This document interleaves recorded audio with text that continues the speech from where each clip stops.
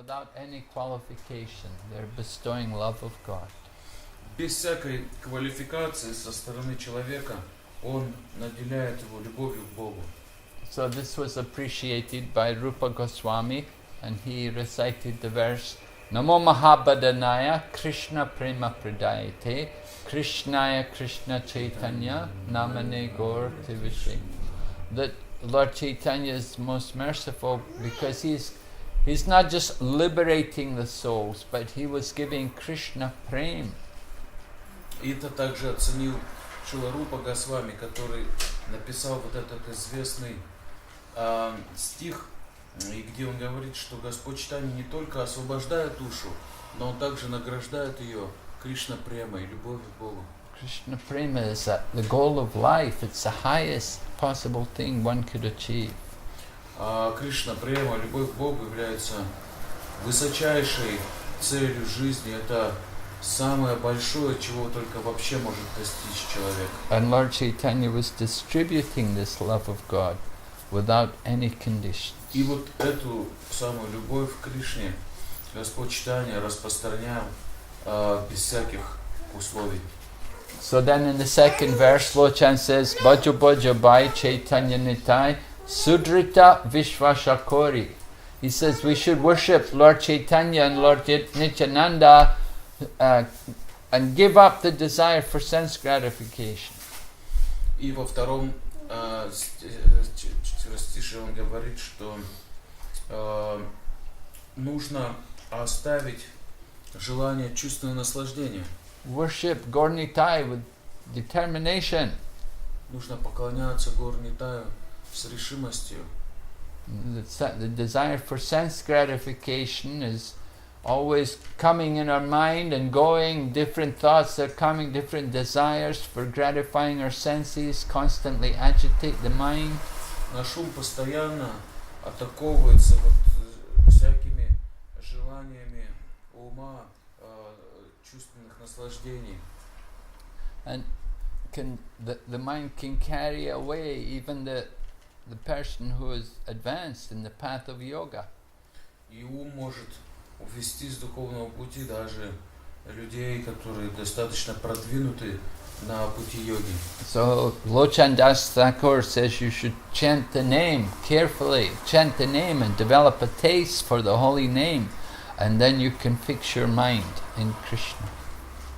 И Лочин Дас Тхакур говорит, что мы должны терпеливо продолжать иметь веру в этот процесс и продолжать развивать вкус к святому имени.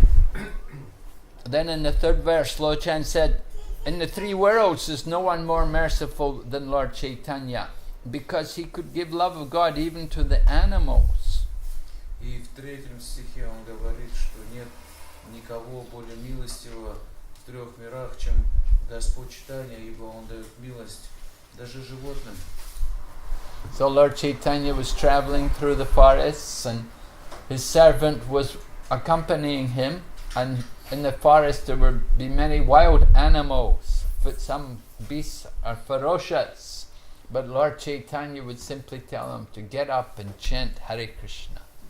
Господь Чайтанья путешествовал через джунгли, с ним был слуга, и он видел эту картину, что Господь Чайтанья встречался с дикими зверями различными, некоторые из них были ужасные, очень опасные хищники, но всех их Господь Чайтанья побуждал: просыпайтесь, вставайте и повторяйте Харе Кришна. Even the ferocious animals became gentle by chanting the name. И даже вот эти ужасные хищники становились такими мягкими и повторяли святое имя. The fierce animals would embrace gentle animals. Хищники обнимались со своими прежними жертвами, животными. And so in the same way, Srila Prabhupada went to the Western world and he made animal-like people into devotees. He got them all to chant. И подобным же образом Прабхупада отправился на Запад и животноподобных людей побудил воспевать святое имя. Prabhupada was trying to preach in India, but people were not giving him much attention. Nobody was interested. Прабхупада пытался проповедовать в Индии, но никто особенно не заинтересовался. When Prabhupada would request people, kindly give me your son, one of your sons, let me take one of your sons with me, I will make him a preacher. They would say, oh no, Swamiji, this boy, he has to become an engineer, or I want him to be a computer programmer, or I want him to be a doctor. You know, so many mundane desires. Иногда Прабхупада просил кого-то из индийцев, дайте мне одного из своих сыновей, я обучу его, сделаю проповедника, а мы не говорили, нет, Свамиджи, у нас планы на него, он должен стать вот доктором, инженером, программистом, только не это. So then Prabhupada went to America, and somehow by the grace of Krishna he was able to attract people, young people, to chant Hare Krishna mantra. Но потом Прабхупада отправился в Америку, и так или иначе, по милости Кришны, он побудил молодежь американскую повторять Харе Кришна. And there was not a big difference between the devotees and the animals, because when they came to Krishna consciousness, they did not follow any religious principles.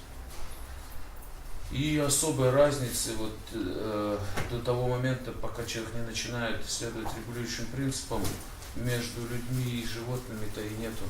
But they had some interest in self-realization. Но, тем не менее, у людей какой-то появился интерес, появился к самоосознанию. So after Prabhupada had recruited some people in the West, then he brought them with him to India. И после того, как Прабхупада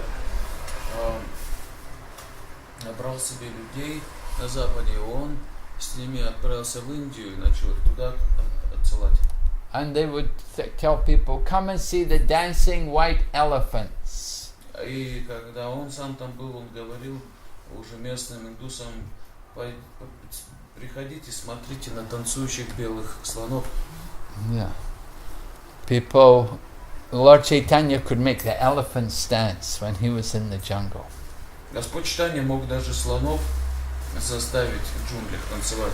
And Prabhupada brought white elephants to India, dancing white elephants. А Прабхупада привез в Индию танцующих белых слонов. And these dancing white elephants were the American devotees. Это были американские преданные.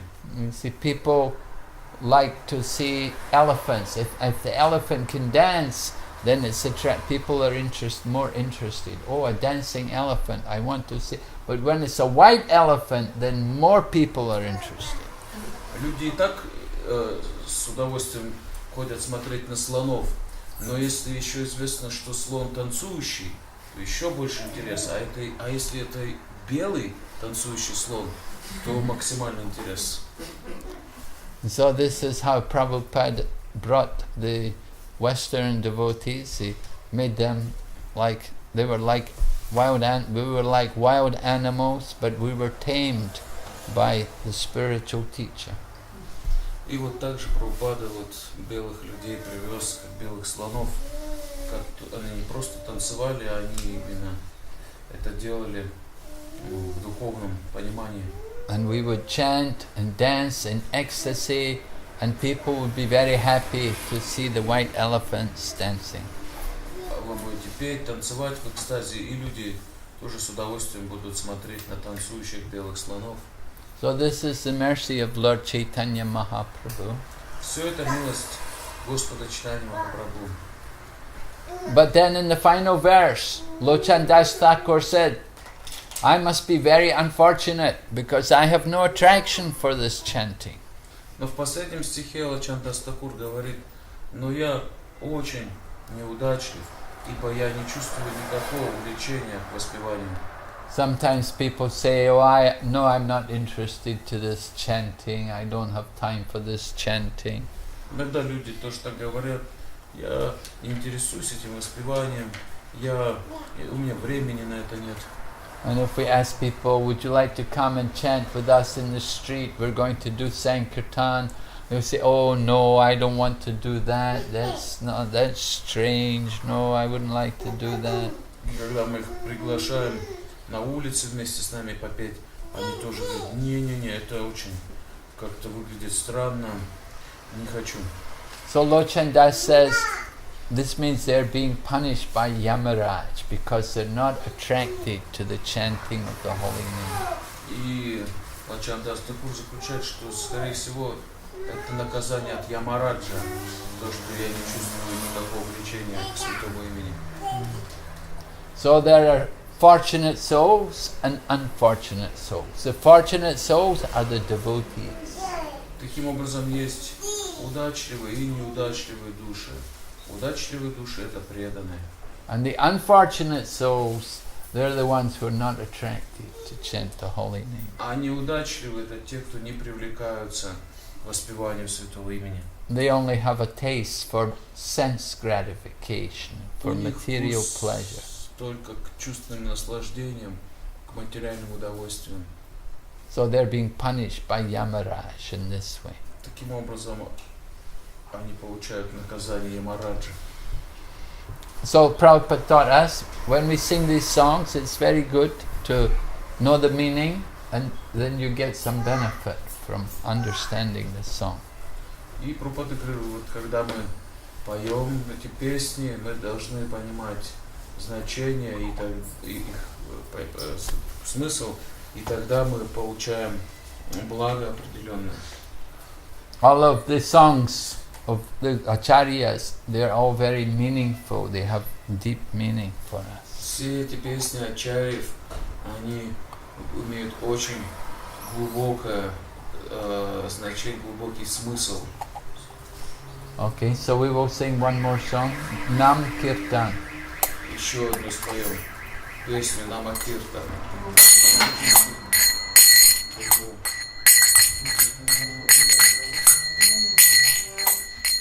Yasomati Nandana Brajabaranagara Kokularanjana Kana.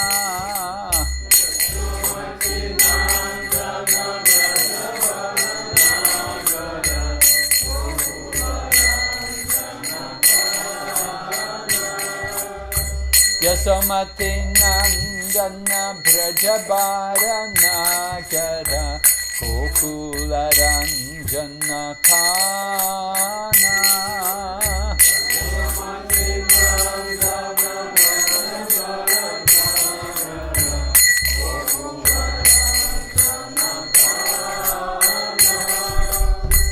Gopi Paranadhana Madhana Manohara.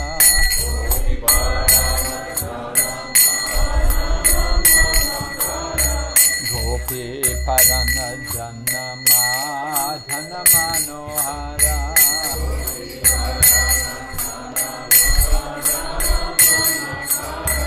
Kalayadamana Vijana.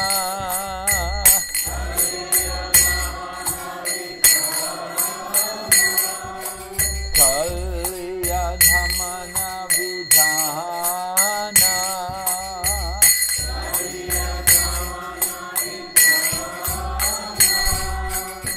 Amala Harinam Hamya Vilasa.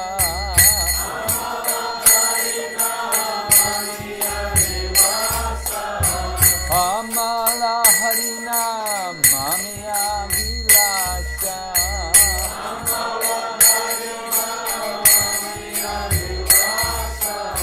Vipina Puranjarana Vinana Karapara.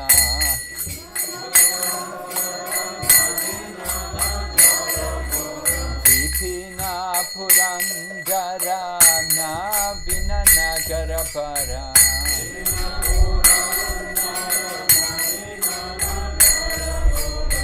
Vamsi Vadana Suvasa.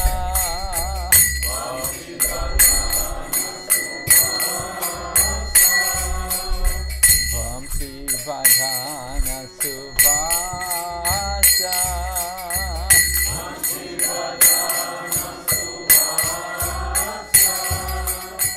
Braja Janapalana Surakulana Shana.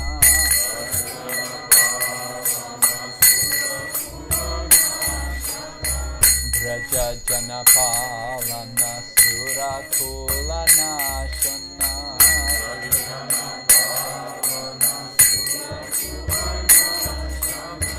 Nanda Godana Rakoala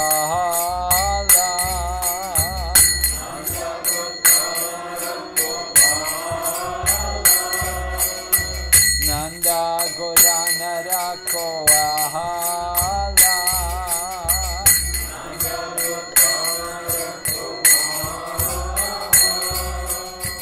Govinda Madhava Navanita Taskara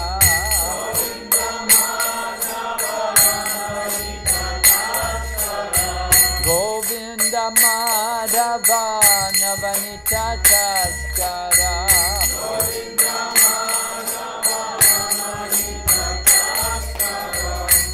Sundarananda Gopala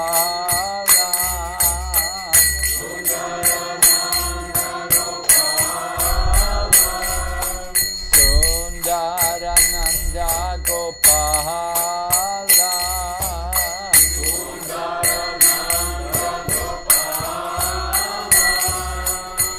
Yamuna Tatachara Gopi Vasanahara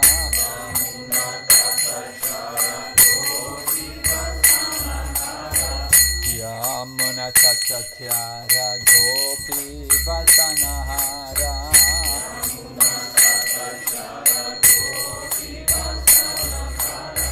Rasa Rasika Kripa Mohoya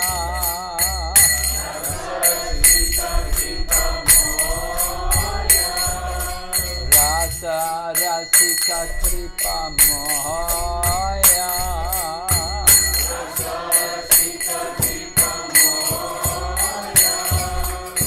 Sri Radha Balava Vrindavana Natabara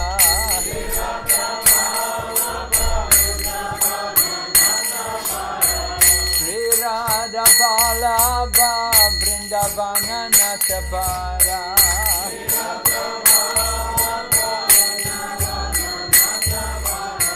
Bhakati Vinodashraya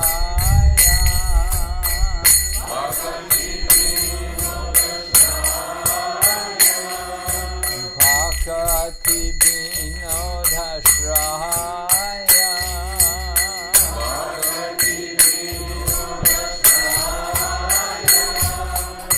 Amala Harinam Hamiya Vilasa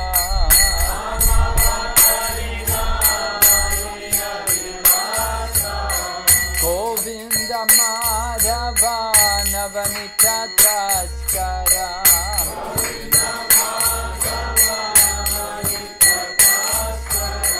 Sri Radha Balava Vrindavana Natabara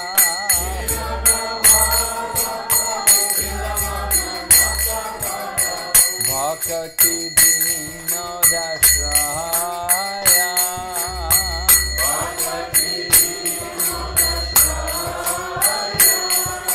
Bhakati Vinodashraya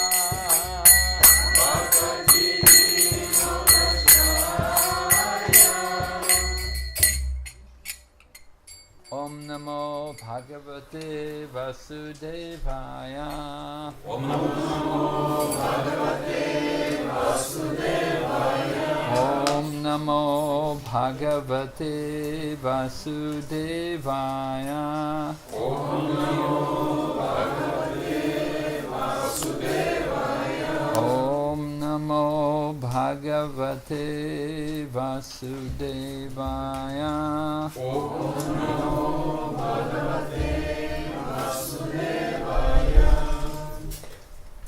Oh, we're reading Srimad Bhagavatam. Oh, Srimad Bhagavad Gita, chapter 3, text number 38.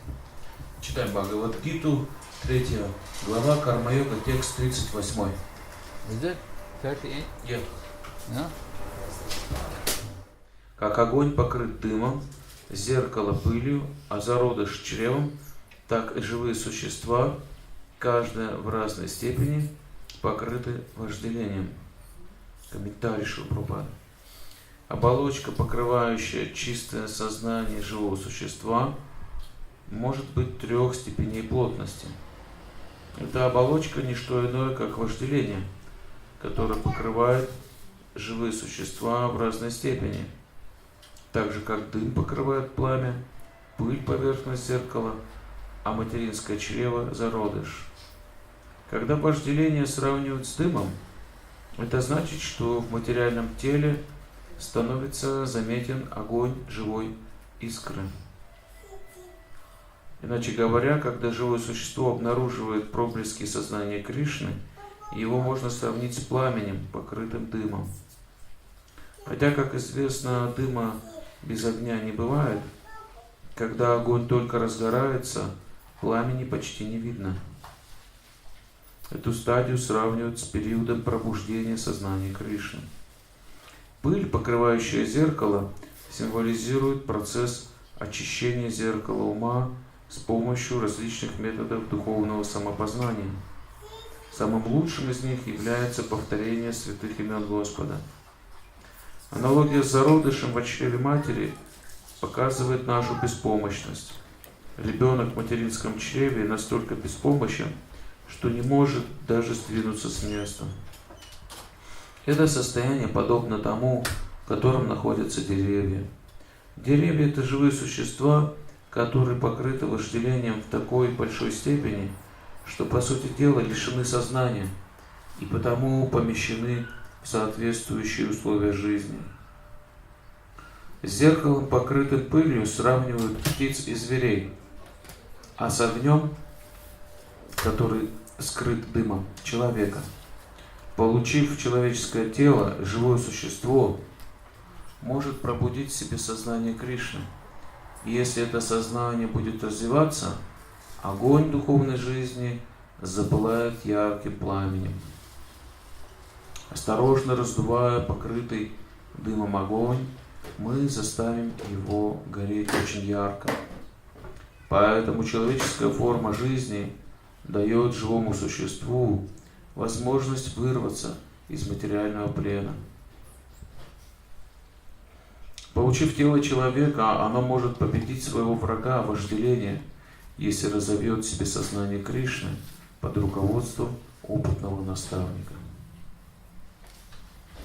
Om Jnana-timirandasya Jnana-Shalakaya Tatsurunilitam Yena Tasmai Shri Gurave Namaha Shri Chaitanya Manobhishtam Sthapitam Yena Bhutale Swayam Rupa Kadamayam Dadati Swapadantikam Bandeham Shri Guru Shri Yata Padakamalam Shri Guru Vaishnavamscha Shri Rupam Sakrajatam Sahagana Raghunatan Vitam Tam Sajivam Sadvaitam Savadutam Parijana Sahitam Krishna Chaitanya Devam Shri Radha Krishna Padan Sahagana Lalita Shri Vishakanitamscha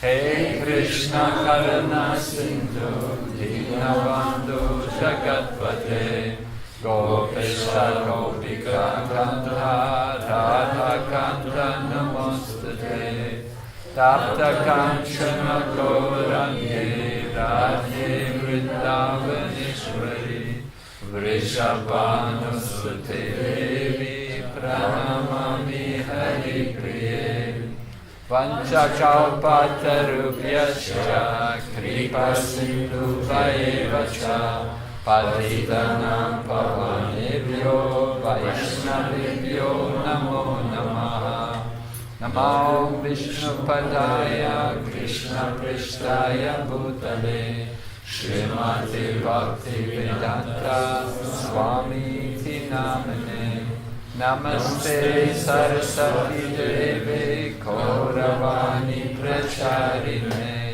Nirvishesha Shunyavadi Paschatya Satarine Jai Shri Krishna Chaitanya Prabhu Nityananda Shri Advaita Gadadhar Shri Vasadi Gaur Bhakta-vrinda Hare Krishna Krishna Krishna Hare Hare Hare Rama Rama Rama Hare Hare. So Lord Krishna has identified the enemy. Now he's telling us how there are different degrees of this lust. Итак, Кришна определяет, Господь Кришна определяет нашего врага вожделения, описывает, какие степени вожделения бывают. So the three different stages of lust are described, and Prabhupada begins talking first of all about the smoke covering the fire, how that could be like the beginning of Krishna consciousness. Этих степеней вожделения бывает 3, и Прабхупада объясняет их, начинает с дыма, аналогии дыма и огня, и он говорит, что это вот как начало очищения в человеческой форме жизни. We know that when you're lighting a fire, when you use wood or coal, it doesn't immediately blaze. It takes some time. First of all, initial stage there will be some smoke. Вы знаете, что если используем для огня дрова или уголь, то сначала они не начинают пылать ярким пламенем, сначала идет от них дым. But that smoke is the beginning of the fire.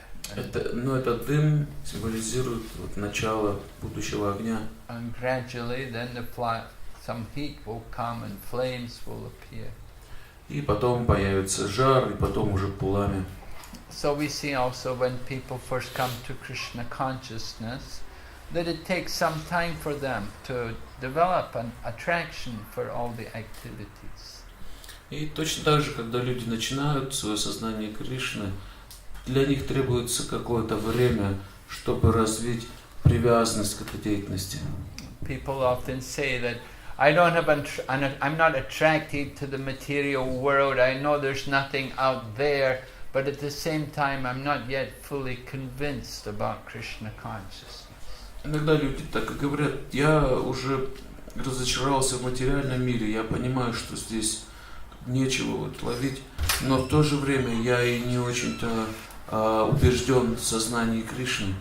So this like the fire beginning and the smoke coming from the fire, and you know, it's the initial stages. Вот это начальная стадия, то есть дым валит, и вот из огня почти не видно. The fire has to be, you know, you have to fan it, and then gradually the flames will appear. Вы знаете, нужно раздувать этот огонь, чтобы он постепенно разгорелся. So similarly with Krishna consciousness, sometimes that fanning is very much required. You know, you have to help it. We have to help our attraction for these activities to blossom, to develop. Также вот сознанию Кришны требуется раздувать наш интерес к этой деятельности, к тому, чтобы заниматься и чтобы развить к ней привязанность. And it comes about the more we absorb ourselves in the activities of Krishna consciousness, the more we sacrifice time and make an effort to participate in the different activities, then we develop some taste for them. И это происходит, когда мы тратим свое время достаточно и усилия прилагаем, участвуя в деятельности сознания Кришны, то и постепенно к этому развивается у нас вкус. The example is given, just like the person has jaundice, then they cannot taste the sweetness of sugar candy because of the disease in the liver. Дается пример желтухи. Такой человек, больной ею, не может ощущать естественную сладость какого-нибудь леденца. But if you keep drinking the sugar cane juice, gradually it becomes sweeter. То есть он не может чувствовать сладость тростникового сока. Но если он будет продолжать его пить, постепенно он ее почувствует. Everything takes some practice. And similarly, to awaken our Krishna consciousness, we have to practice. Все требует практики, и точно так же, чтобы пробудить в себе сознание Кришны, нам необходимо в нем же и практиковаться. Right? You practice driving cars, you practice playing, using the computer, you practice cooking. Everything comes with practice. То есть все, чтобы хорошо делать, готовить, водить машину или пользоваться компьютером, вы должны в этом постоянно практиковаться.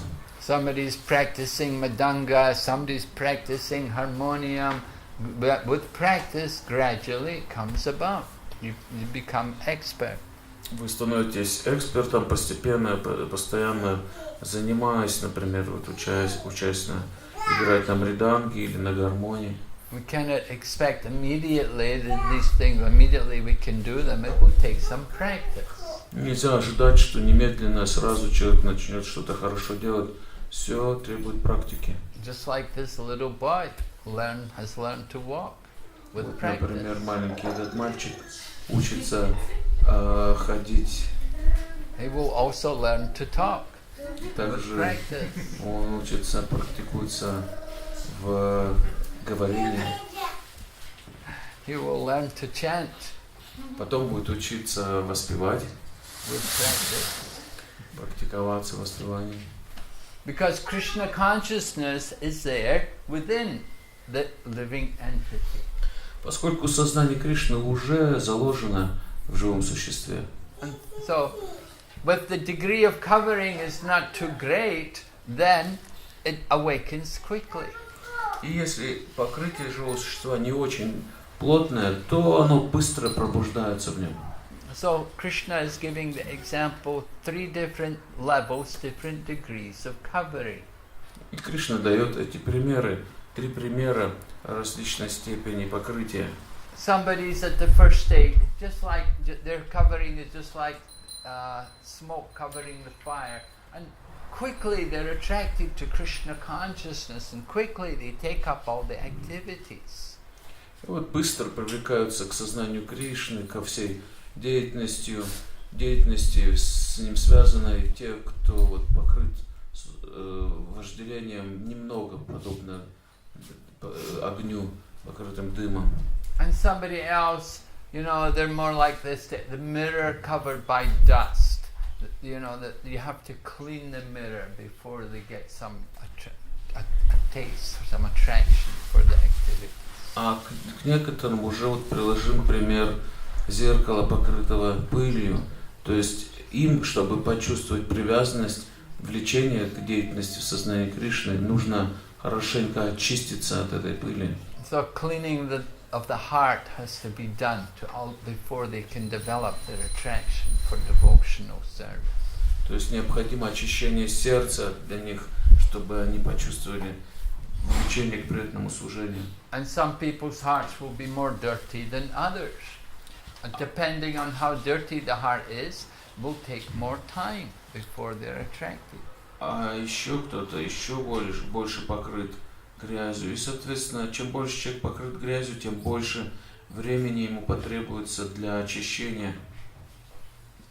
But in the Nectar of Devotion, Rupa Goswami has described there, Prabhupada quotes Rupa Goswami, that generally devotional service is continuous. It is from some previous life. That in our previous life we had some contact or some attraction for devotional service, and therefore we're drawn again to take it up.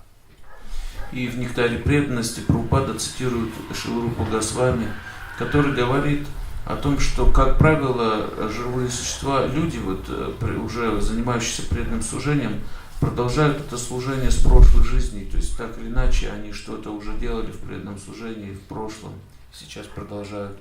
But not that every devotee had to be connected with devotional service in the previous life, because simply by hearing if one takes an interest and is willing to hear, then they can also take up devotional service, and this may be their first lifetime as a devotee. Но это не обязательное правило. То есть не все преданные, которые вот сейчас привлеклись к сознанию Кришны, они практиковали его в прошлых жизнях.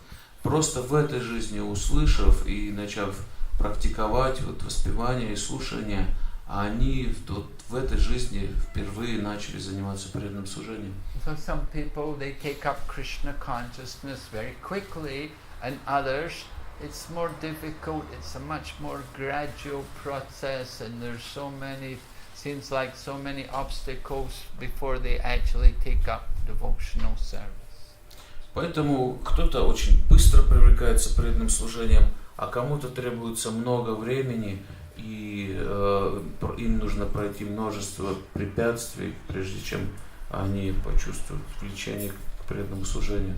But some living entities are in a helpless condition, and their covering is like, their condition is like the embryo in the womb. They're in a helpless condition, cannot move. Но есть и совсем плохой случай, когда живое существо буквально находится в беспомощном состоянии, не может совершенно ничего делать духовного, оно подобно вот этому зародышу в чреве.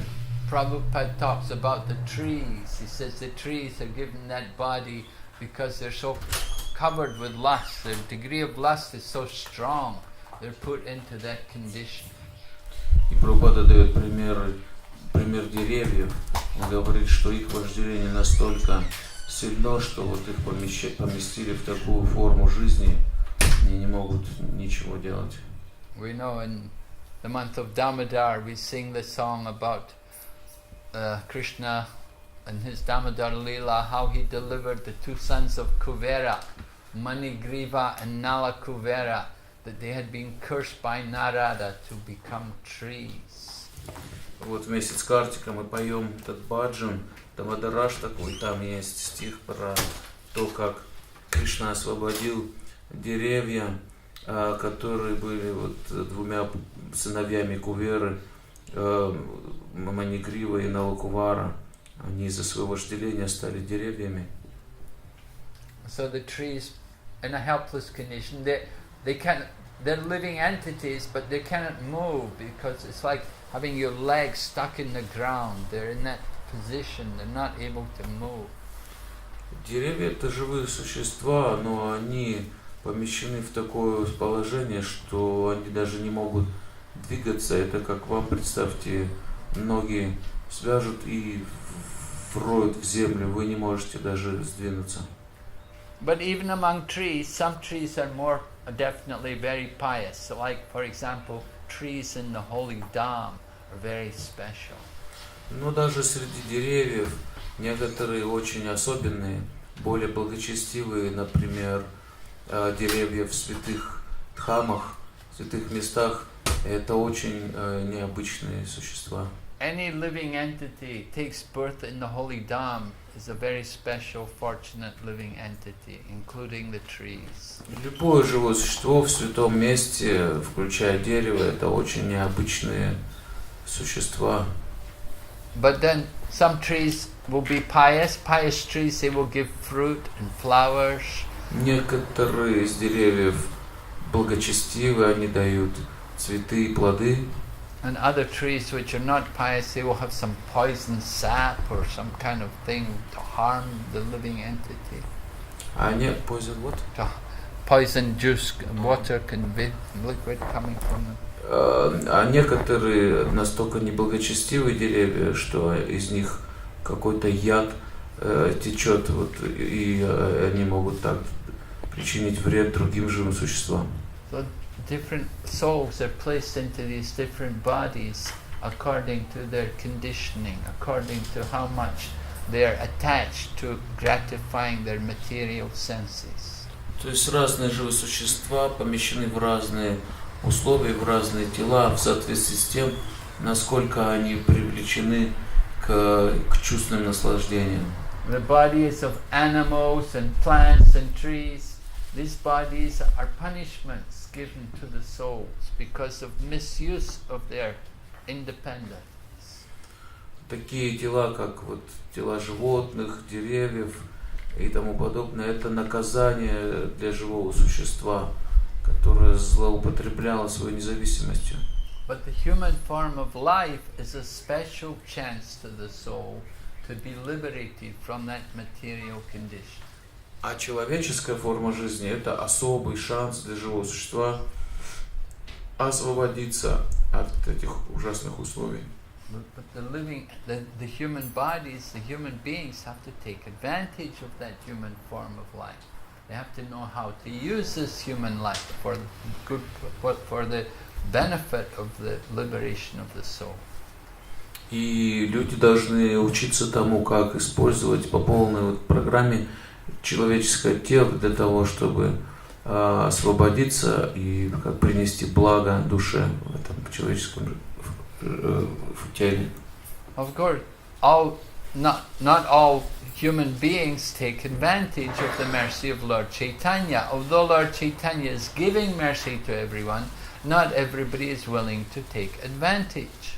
Ну, конечно, не все среди людей могут воспользоваться милостью Господа Чайтаньи, хотя Он свободно раздает. Эту милость не все принимают ее. One of the devotees in China, one lady, she told me she took some prasadam home and she told her husband, I brought you some prasadam.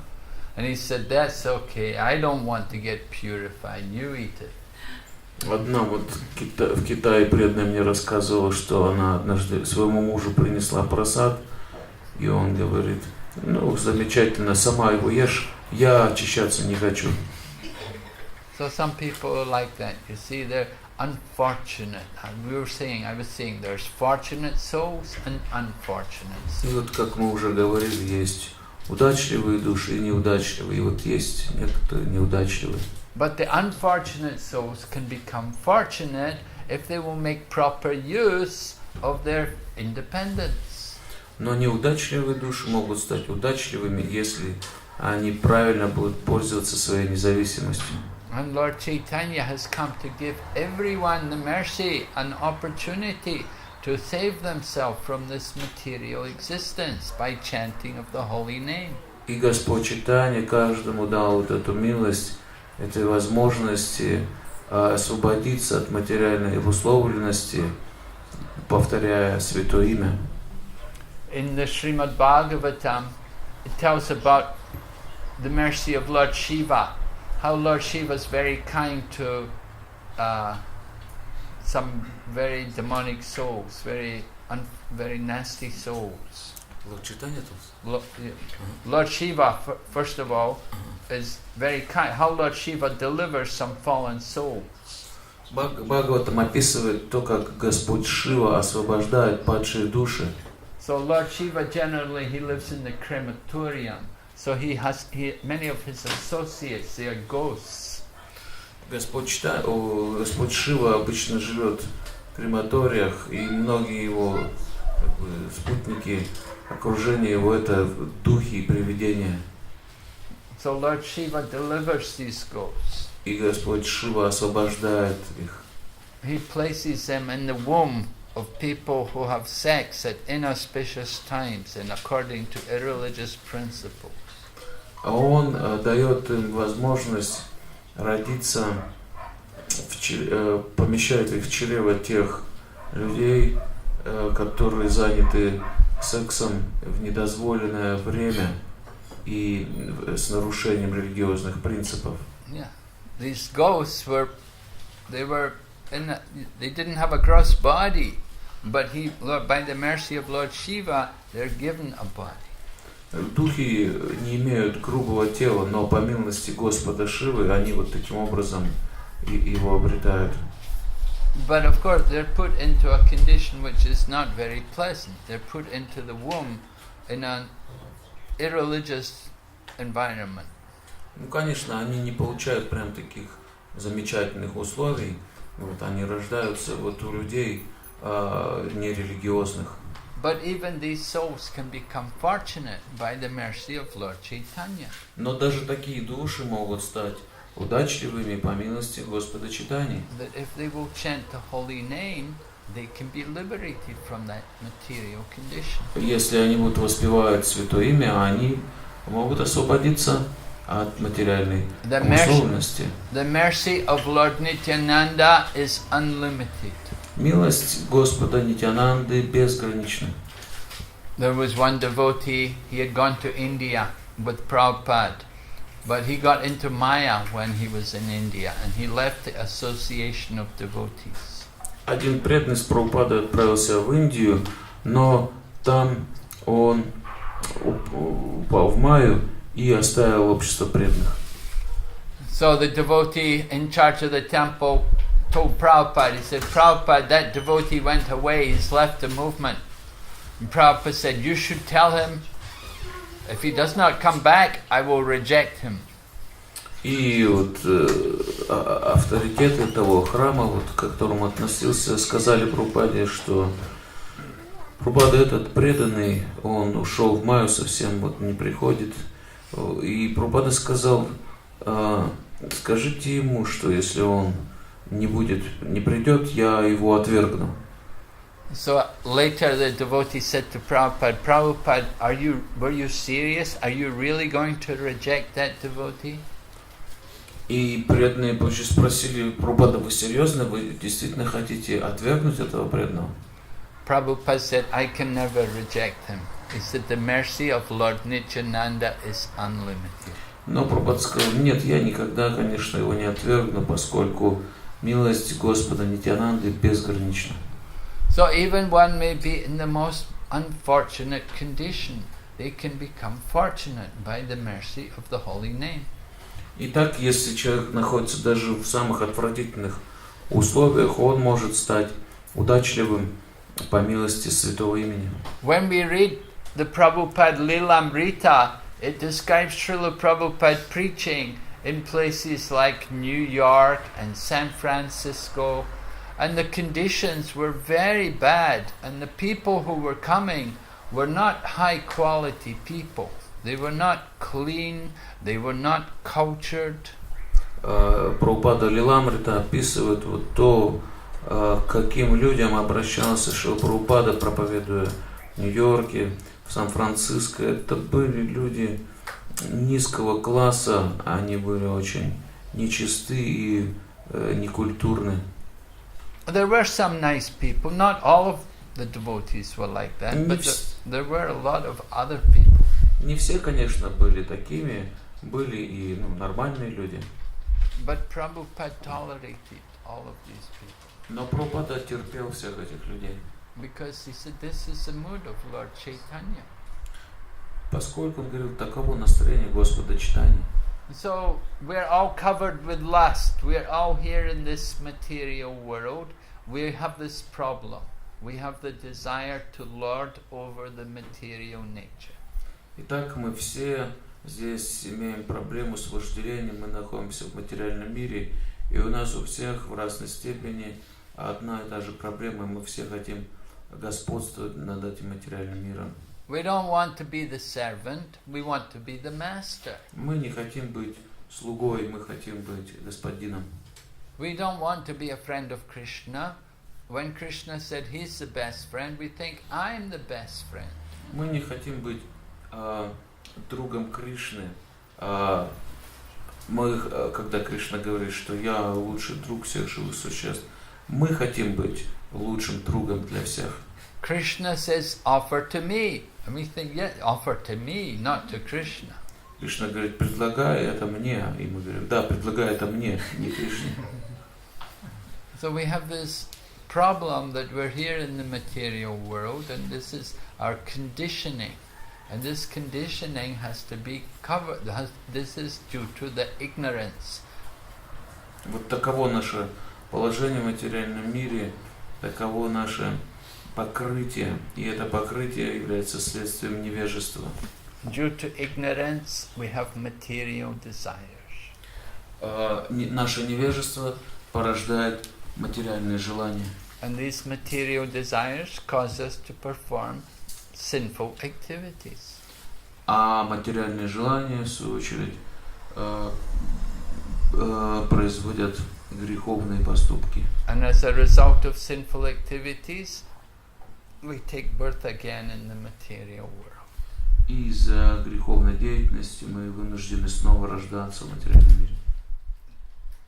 So we want to understand the disease, that the problem is due to this lust, and it can be removed. The covering can be removed. Так мы хотим понять проблему свою коренную, и она вот в этом вожделении, и это вожделение вот в форме этих покрытий, и его можно устранить, это покрытие.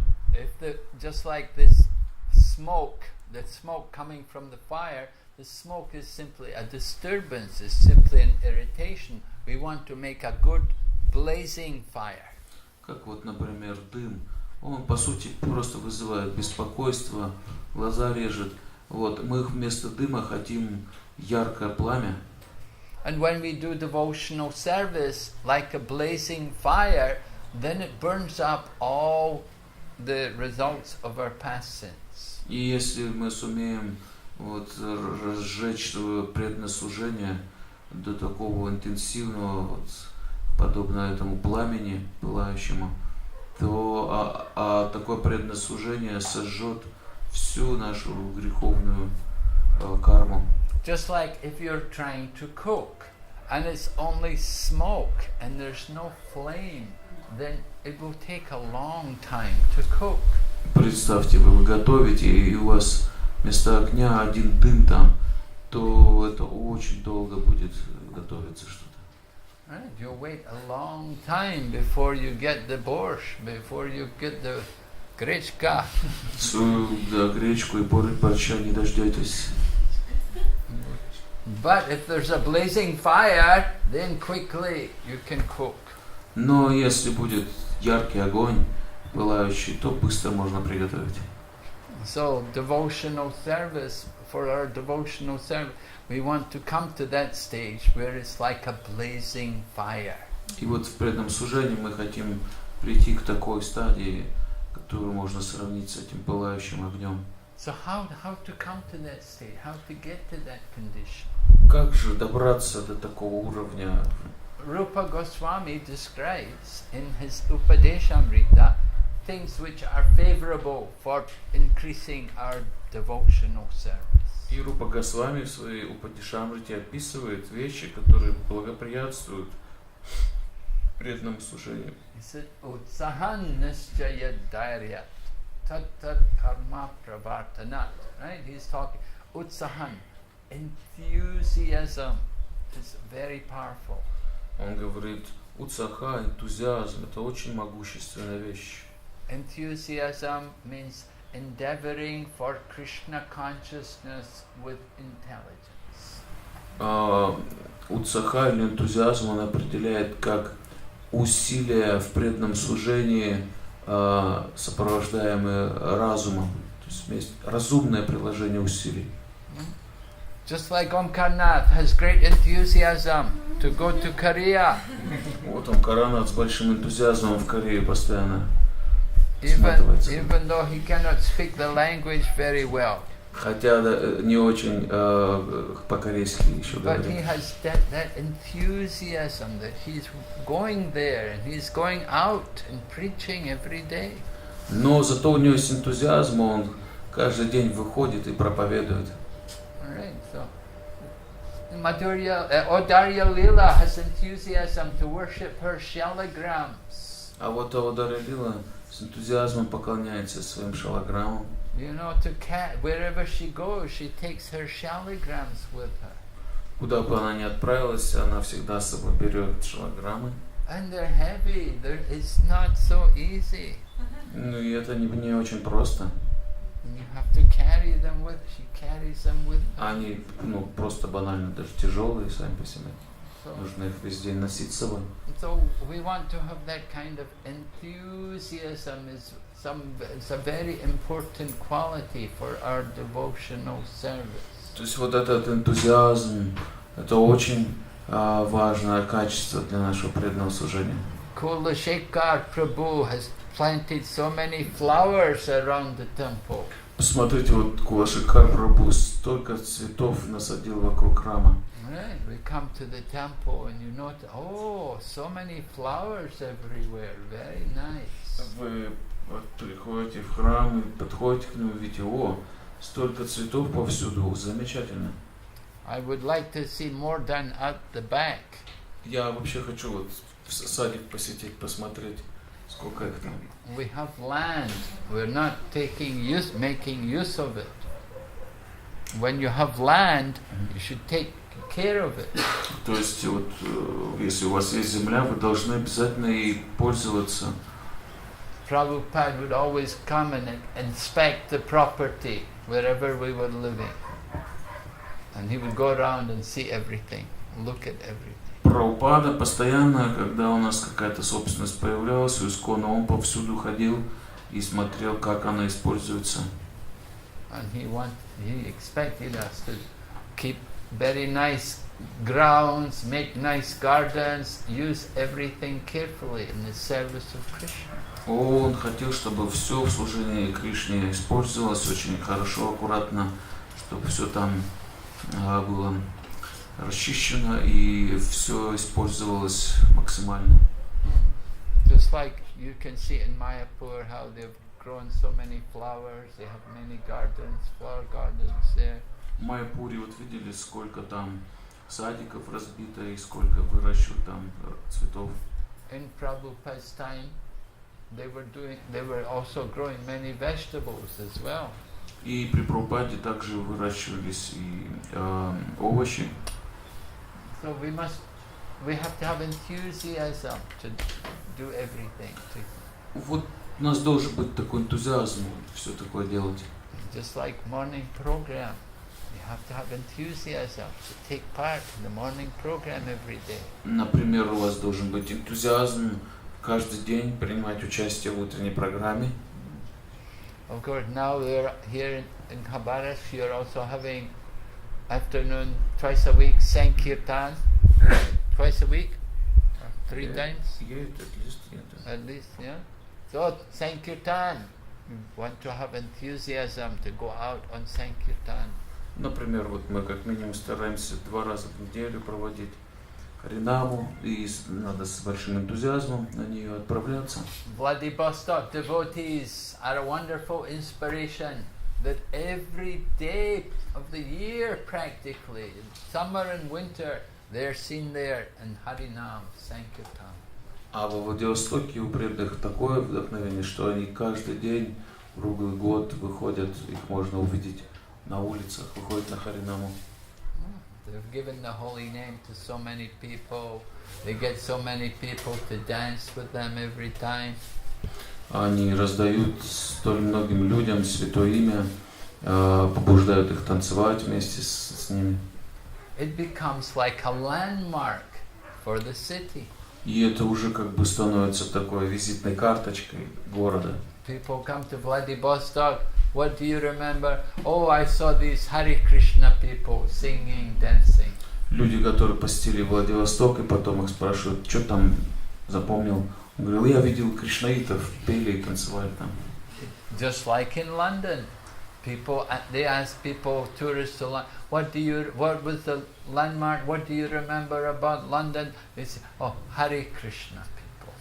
А о Лондоне тоже, even now. Yeah.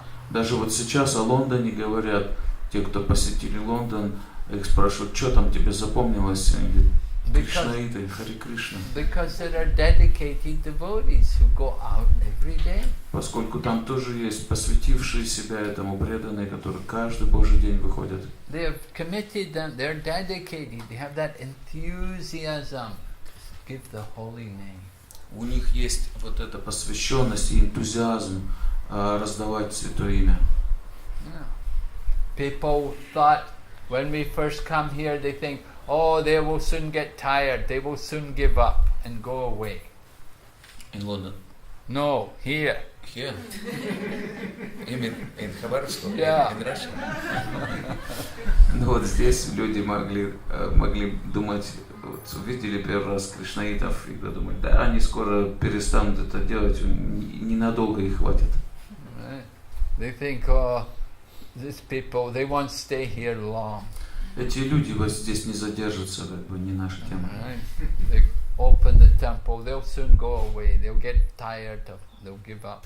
Они вот тут храмы открывают, и они скоро перегреются и все это забросят. But we have to show them, no, we're not going to give up. We're going to stay here. Но нет, мы должны им показать, мы не собираемся этого прекращать. We want to make Hабаровsк.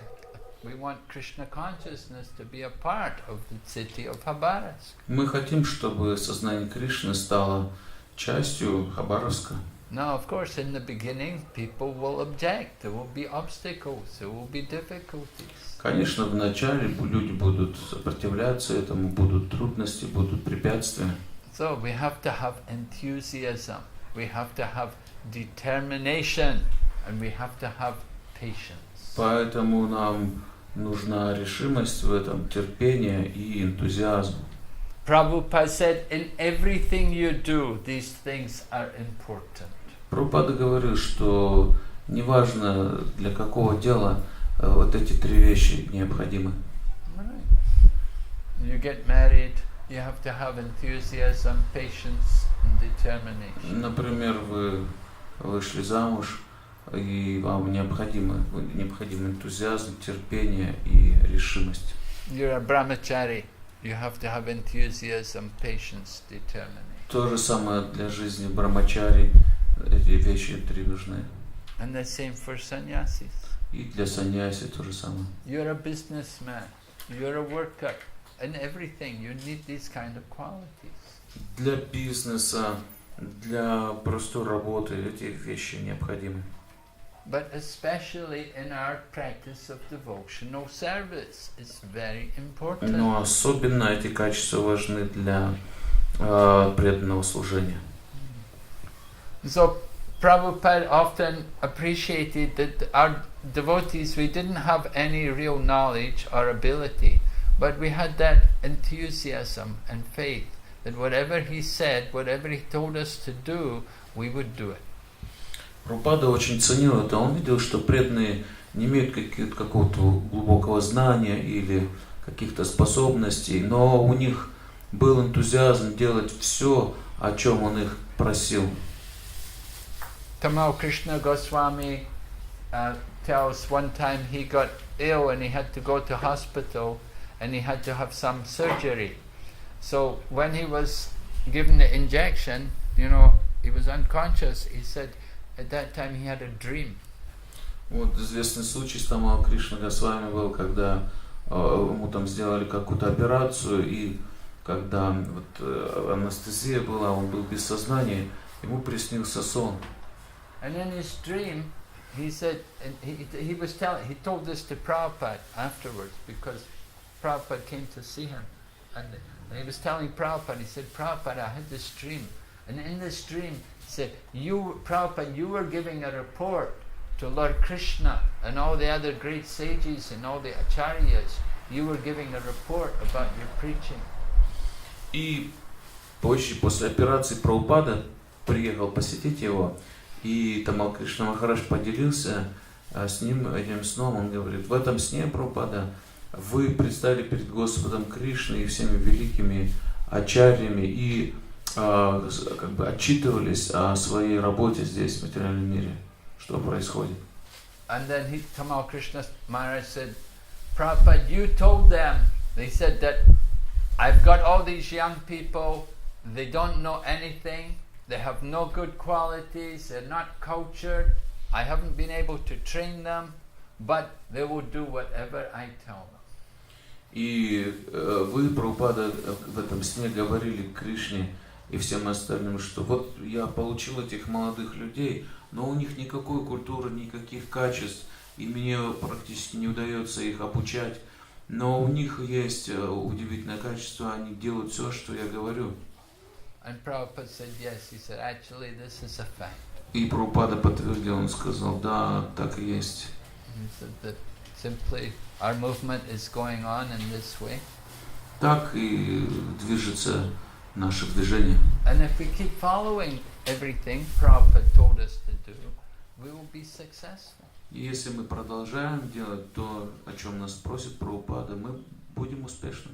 Because Prabhupada is connecting us to Krishna. And wherever Krishna is, there is victory. Поскольку Прабхупада всегда старается нас соединить с Кришной, а там, где Кришна, всегда победа.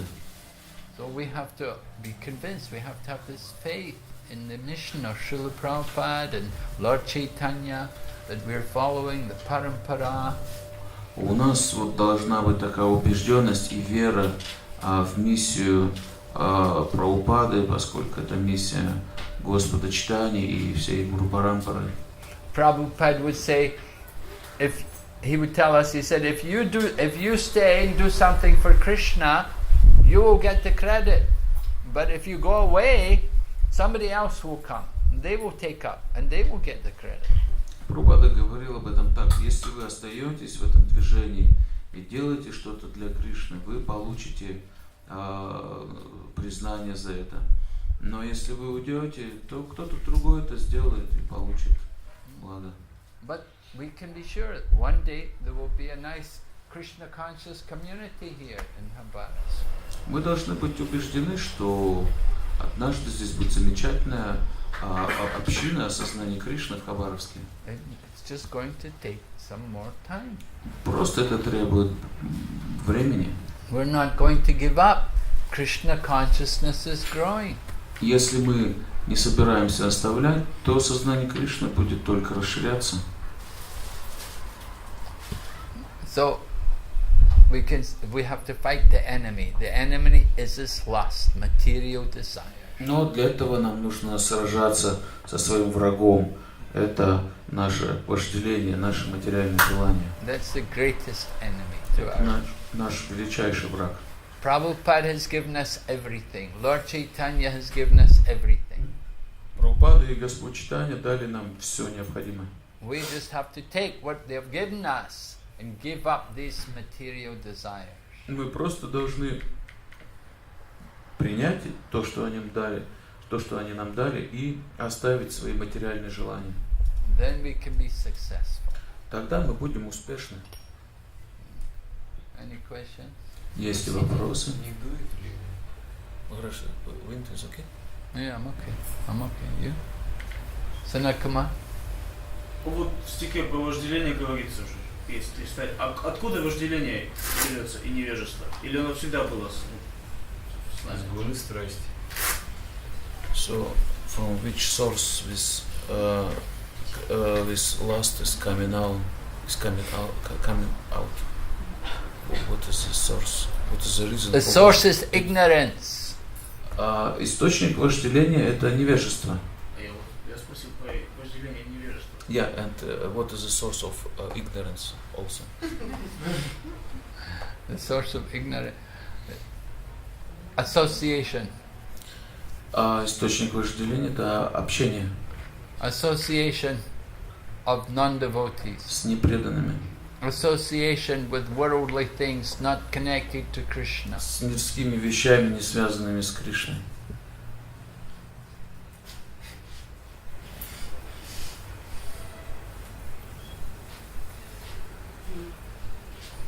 Understand? Понимаете? Там все просто. Yeah, very easy. Yeah, everything comes by association. Да, все приходит в нашу жизнь благодаря общению. Our ignorance also comes by association. И наше невежество также порождено общением. If you only associate with your japa mala and the holy name and the Bhagavad Gita and all, then there won't be any ignorance. Если будете только общаться вот с джапамалой, с святым именем, с Бхагавад-гитой и так далее, то никакого невежества в вашей жизни не будет. We have to take the good association, give up the bad association. Нам нужно принять хорошее общение и оставить плохое. Asat sanga tyag e vaishnavachar. Sri sanga eka sadhu Krishna bhakti ar. Lord Chaitanya was asked how to recognize a devotee. Вот Господа Чайтанью спросили, как распознать преданного. Lord Chaitanya said, he gives up the association of the material things. И Господь Чайтанья ответил: преданный оставил общение с материальными вещами. That is Vaishnava. Таков вайшнав. А вот этот случай, помню, такого звали, который под водой хотел спрятаться от вожделения, и потом рыбок увидел, он ни с кем не общался. Да. Он просто увидел рыбок, и его настигло вожделение. Получается. Сформулируй.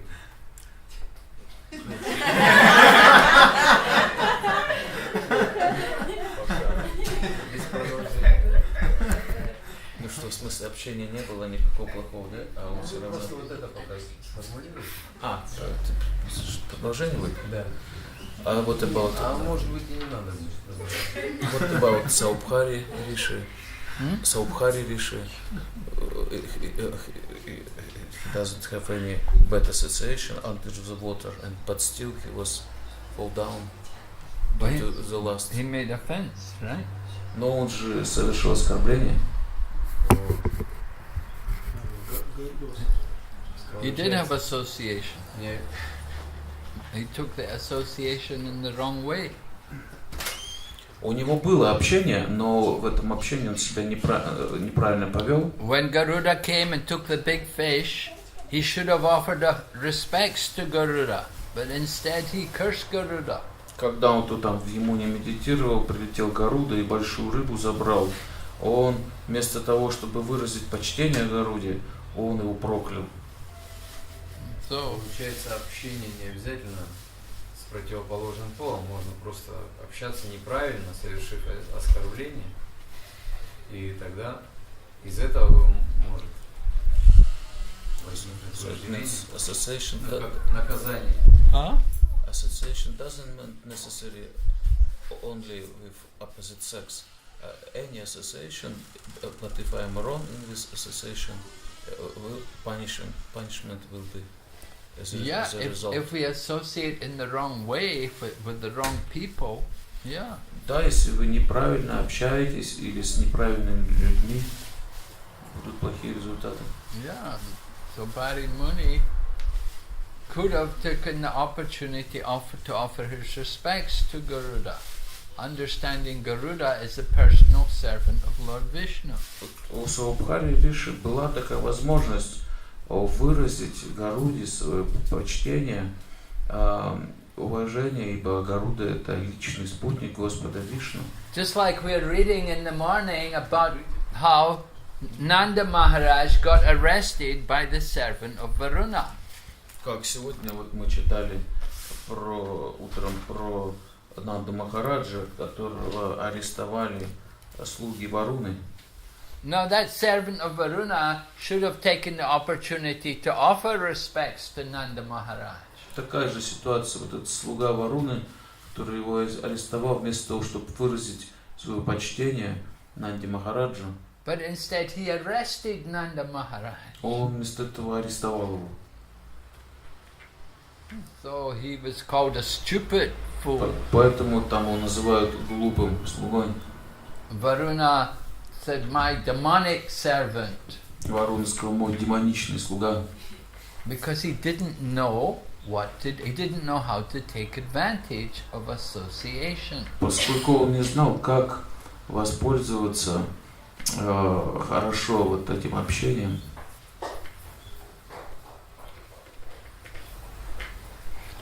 So yeah, you have to know how to associate and how to take advantage of association. Да, вы должны знать, как общаться и как извлекать благо из этого общения.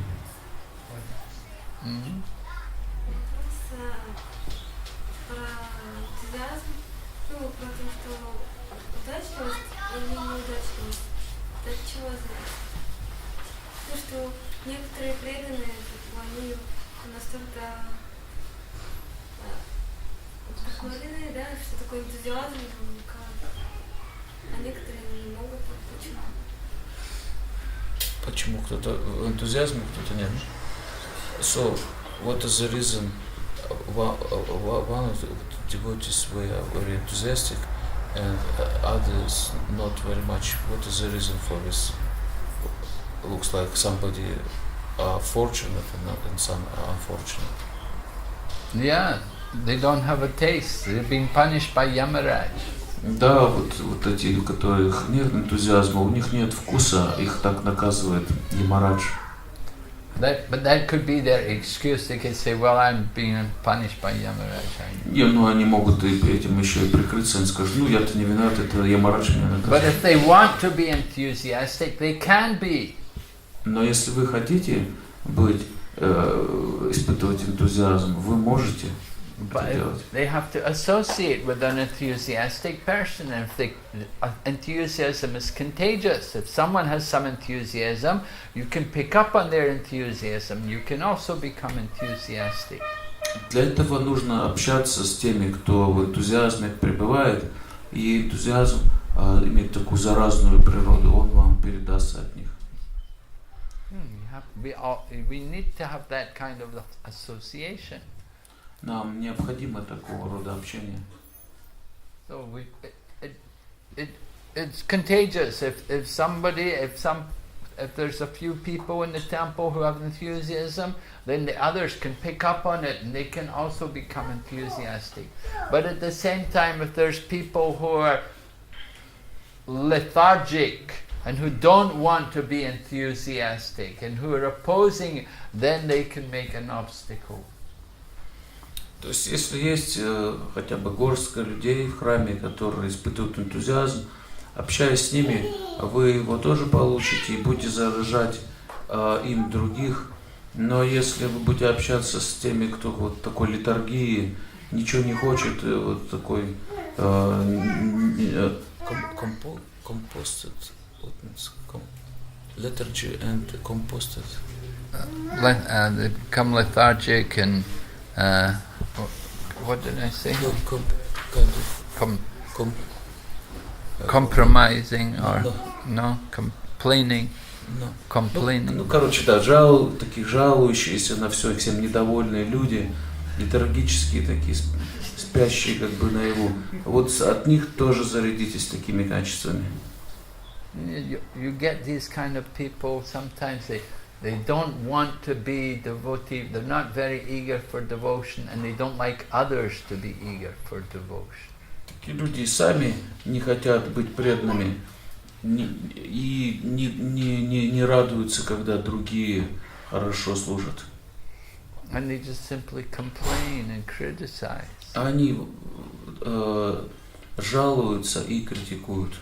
They're not enthusiastic and they don't want to see anybody else enthusiastic. Они сами не испытывают энтузиазм и не хотят видеть его в других.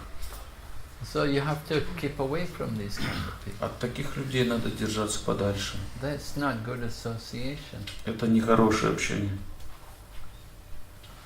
Right? Just like the spark comes from the fire. When the spark comes out of the fire, now it can fall into the water or it can fall on dry grass. Как вот искра, она вылетает из огня, и она может упасть либо в воду, либо на сухую траву. Now if the spark falls into the water, it will be extinguished. И если она упадет в воду, она погаснет. But if the same spark contacts dry grass, then the dry grass can be ignited and can make a fire. Но попав на сухую траву, она ее может вот, So Krishna consciousness is like that. You know, we are spirit souls, we're like the spark, and if we fall into the bad association, our Krishna consciousness can be extinguished.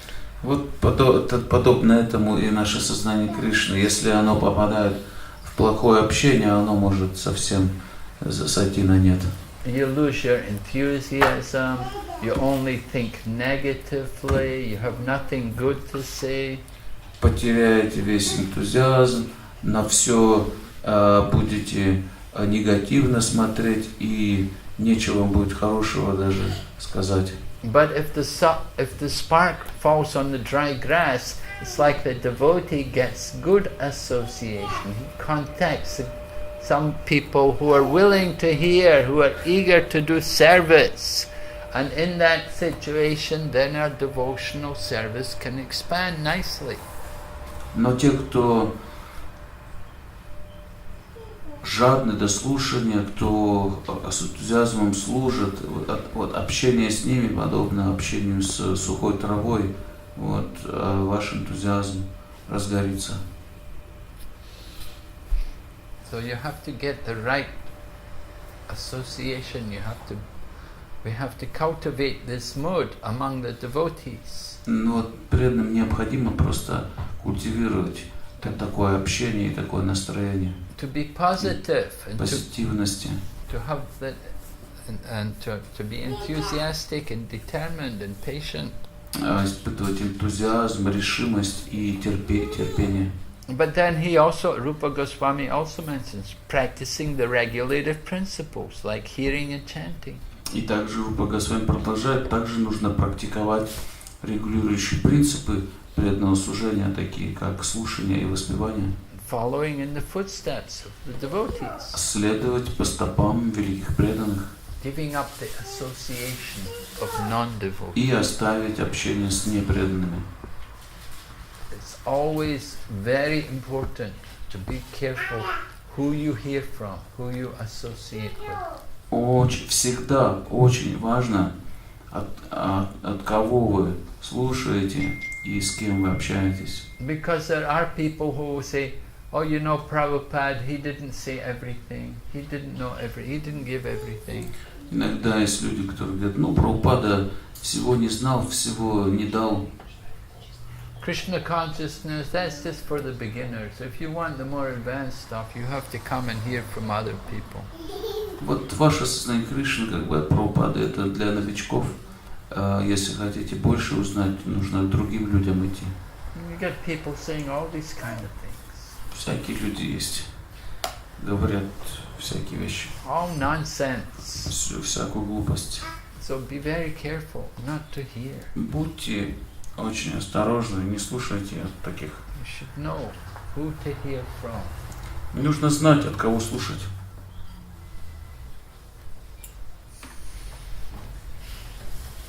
Prabhu. Спасибо большое, Махарадж, за лекцию. Могли бы поделиться, как видите, почему в Китае сознание Кришны так хорошо развивается, сотни преданных в Дхаму приезжают.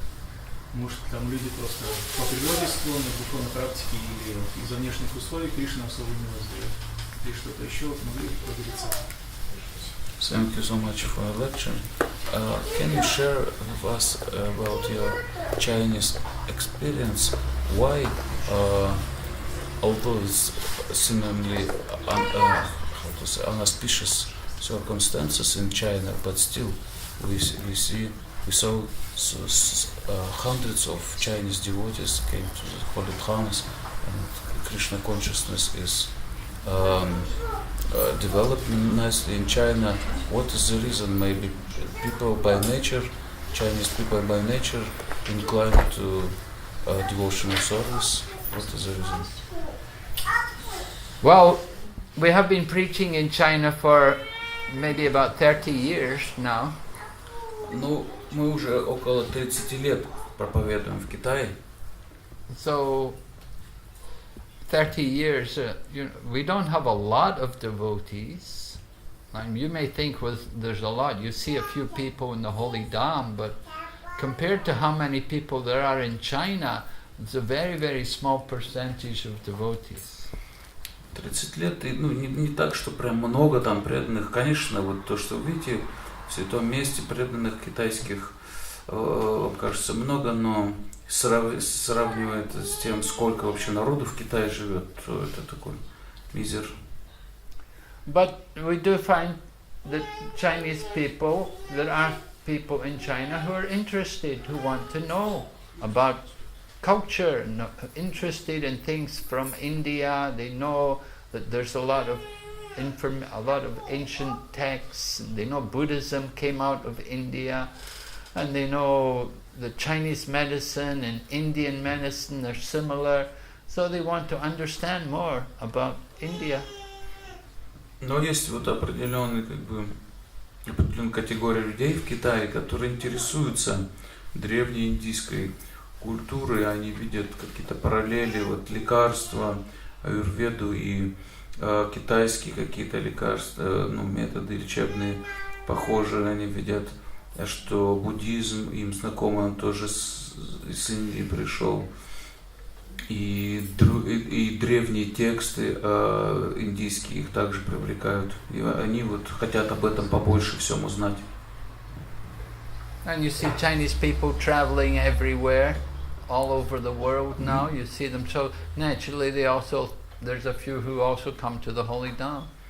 И вы сейчас вообще видно по всему миру китайцы путешествуют, они повсюду. И естественным образом кто-то из них залетает в святое место. I was planning to bring them to Russia, but they couldn't get the visa in time. But next year I hope to bring them. Я вообще планировал привезти китайских преданных в Россию, но вот в этот раз не получилось с визами, но на следующий раз я планирую. I don't know about Hабаровск, but at least Vladivostok they could come to. Насчет Хабаровска не знаю, а вот Владивосток, наверное, получится.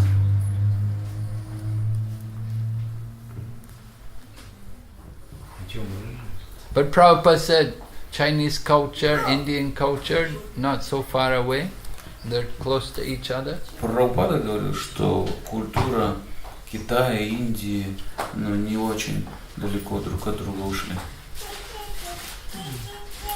Devotees are everywhere. They're just waiting for us to go and find them. Преданные повсюду, они просто ждут, когда же мы их найдем. Even in Kamchatka, yeah? Who would think Kamchatka is so far away, so remote place, even no road. You have to take a flight to go there.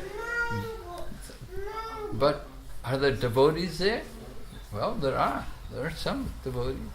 Даже на Камчатке есть преданные. Кто бы мог подумать, такое удаленное место, даже туда дорог нет, только можно долететь. И все равно там есть преданные. Sakhalinsk, we think, who would be there, but Chaitanya Chandracharan comes from there, right? Вот Сахалин то же самое, далеко так, но и там преданные есть, даже Чайтанья Чандрачаран с Сахалина. Darya Lila is from Kamchatka. Дарья Лила с Камчатки. So devotees are everywhere. То есть преданные повсюду есть. Magadan. Магадан. We have our Magadan devotees, Yeah, devotees are everywhere. We have to find them. То есть преданные есть везде, надо просто их найти. If we don't go there, then how will we ever find them? Если же мы не будем это делать, то есть не будем ездить повсюду, то как это произойдет? Hare Krishna. Okay. Bhagavad Gita ki Jai. Srila Prabhupada ki Jai. Нарасимха Махарадж ки. Lord Bhaktivinoda ki Jai.